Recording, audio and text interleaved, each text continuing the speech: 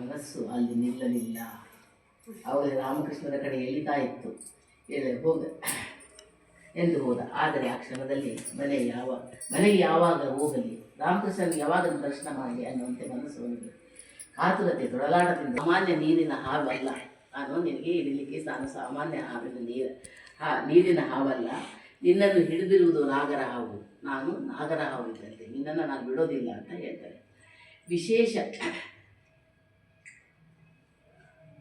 ವಿಶೇಷವಾಗಿ ನೀನು ನನ್ನಲ್ಲಿಗೆ ಸೇರಿದವನು ಗಿರೀಶನು, ನಾನು ಏನು ಮಾಡಲಿ, ನಾಟಕವನ್ನು ಮಾಡುವುದು ಬಿಟ್ಟು ಬಿಡಲಿ ಅಂತ ಹೇಳುತ್ತಾರೆ. ಬೇಡ, ನೀನು ಒಳ್ಳೊಳ್ಳೆ ನಾಟಕಗಳನ್ನು ರಚಿಸಿ ಸಮಾಜಕ್ಕೆ ತೋರಿಸು. ದೈವಿ ಭಕ್ತಿಯನ್ನುಂಟು ಮಾಡುವ ನಾಟಕಗಳನ್ನು ತೆಗೆದು ಅವುಗಳನ್ನು ಪ್ರಸಾರ ಮಾಡು. ಜನರಲ್ಲಿ ಪರಿವರ್ತನೆ ಆಗಬೇಕು ಅಂತ ರಂಗಭೂಮಿಯ ಪಿತಾಮಹ ಶ್ರೀ ಗಿರೀಶ್ ಘೋಷ್ ಎಂದು ಹೊಗಳಿದನು. ಒಂದು ಸಮಾಜವನ್ನೇ ಪರಿವರ್ತನೆ ಮಾಡುವಂತಹ ಗಿರೀಶ ಘೋಷನ ಶಕ್ತಿಯನ್ನು ಕೊಂಡಾಡಿದರು. ಶ್ರೀರಾಮಕೃಷ್ಣರು ಹೇಳುತ್ತಾರೆ, ಬೆಳಗ್ಗೆ ಸಾಯಂಕಾಲ ಭಗವಂತನ ಸ್ಮರಣೆ ಮಾಡು ಎಂದರು. ಅಲ್ಲಿಗೂ ಅಂತಾರೆ, ಆಗಲ್ಲ, ಹೋಗ್ಲಿ ಊಟ ಮಾಡುವಾಗಾದರೂ ದೇವರ ಸ್ಮರಣೆ ಮಾಡು, ಮಲಗುವಾಗಾದರೂ ಮಾಡು, ಹೋಗಿ ದಿನಕ್ಕೆ ಒಂದು ಸಲವಾದರೂ ನೀನು ಭಗವಂತನ ಹಾಕಿದ್ದು ಸಾಧ್ಯವೇ ಇಲ್ಲ ಅಂದ.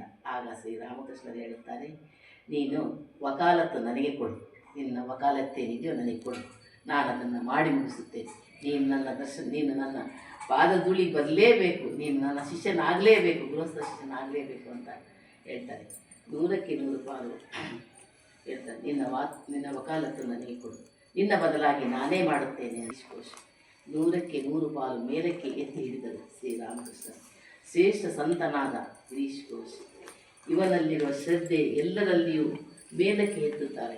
ಇವನಲ್ಲಿರುವ ಶ್ರದ್ಧೆ ಎಲ್ಲರಿಗೂ ಮೇಲಕ್ಕೆ ಎತ್ತುವಂತೆ ನಾಟಕಗಳನ್ನು ಮಾಡಿದ ಶ್ರೀರಾಮಕೃಷ್ಣರು ಇಡೀ ಜಗತ್ತಿಗೆ ಗಿರೀಶ್ ಘೋಷನ ಮೂಲಕ ತಿಳಿಸಿದ್ದಾರೆ ಶ್ರದ್ಧೆಯ ಬಗ್ಗೆ. ಈ ಠಾಕೂರರು ಯಾರು? ರಾಮಕೃಷ್ಣ.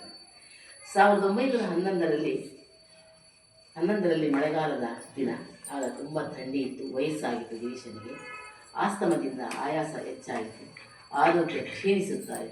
ಈ ಶರೀರ ನನಗೆ ಸೇರಿದ್ದಲ್ಲ ಅಂತ ಹೇಳ್ತಾರೆ. ಈ ಶರೀರ ನನಗೆ ಸೇರಿದ್ದಲ್ಲ, ಅದು ಶ್ರೀರಾಮಕೃಷ್ಣರಿಗೆ ಸೇರಿದ್ದು ಎನ್ನುವುದು. 1912 ಫೆಬ್ರವರಿ 8ರಂದು ಕೊನೆಯುಸಿರೆಳೆದರು.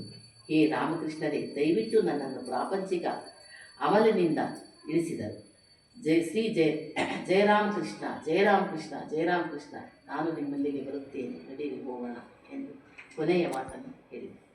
ದೇಶದಿಂದ ದೇಶಕ್ಕೆ ಪಯಣಿಸಿದ ಅವರ ನಟನೆ, ಬರಹ, ಕಲಾಪ್ರೇಮ, ಬಡವರ ಮೇಲಿನ ಪ್ರೀತಿ, ಮೇಲಿನ ಅನುಕಂಪ, ಎಲ್ಲಕ್ಕಿಂತ ಮಿಗಿಲಾಗಿ ಗುರುವಿನ ಮೇಲಿನ ನಂಬಿಕೆ ಅವರನ್ನು ಚಿರಂಜೀವಿಯನ್ನಾಗಿ ಮಾಡಿಸಿತು. ಇಂತಿನ